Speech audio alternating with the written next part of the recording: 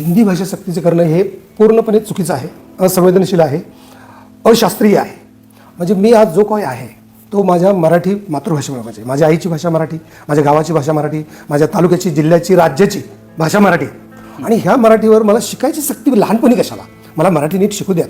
बरं, मी मराठीचा ग्रॅज्युएट आहे, मी मराठी भाषेत शिकलो आणि मराठी इतकं समृद्ध वाङ्मय दुसऱ्या भाषेत नाही, माझ्या मते नक्कीच नाही. म्हणजे उदाहरणार्थ भाषा समृद्ध कशावर ठरते, तिथं ज्ञानकोश किती आहेत, शब्दकोश किती आहेत, संस्कृती कोश किती आहेत, स्थापत्यशास्त्रज्ञावरचे कोश किती आहेत. म्हणजे हे सगळं मराठीत प्रगल्भ लिहून ठेवलं आहे सगळ्यांनी.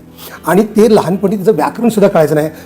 5-7 वर्षाच्या मुलाला शब्दरचना, वाक्यरचना, मराठी भाषेतले शब्द सगळं समजून घेण्याच्या आधीच दुसऱ्या भाषेचं लादणं हे फार चुकीचं आहे. आणि ह्याच्या पाठीमागचं धोरणच मला कळत नाही. म्हणजे मुख्यमंत्र्यांनी सांगितलं असलं तरी मला पटत नाही ना, अशा लाखो लोकांना पटत नाही ना.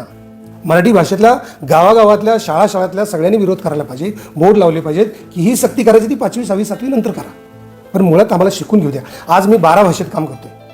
12 भाषेत काम करताना मी मराठी माझ्या आईने जे शिकवलं होतं ना त्यात पहिले लिहून घेतो, मग मी ते समजून घेतो. कारण मराठी माणूस कुठल्याही ज्या भाषेत मातृभाषा शिकतो त्यात तो विचार करतो, विचार हा आपल्या आईच्या भाषेत येतो. मग ह्या भाषेचं लादून त्याचं भजन का करू, आणि ते फार चुकीचं असं मला वाटतं. काही करा पण हे धोरण मागं घ्या. मुख्यमंत्र्यांनी असं भाषाशास्त्राचे कोण ह्याच्यावरती त्याची सक्ती करण्याच्या कमिटीतले असतील त्यांना नम्र विनंती आहे की ही सक्ती करू नका, हा निर्णय मागे घ्या आणि तो घ्यायला भाग पाडलं पाहिजे असं माझं मत आहे महाराष्ट्रात.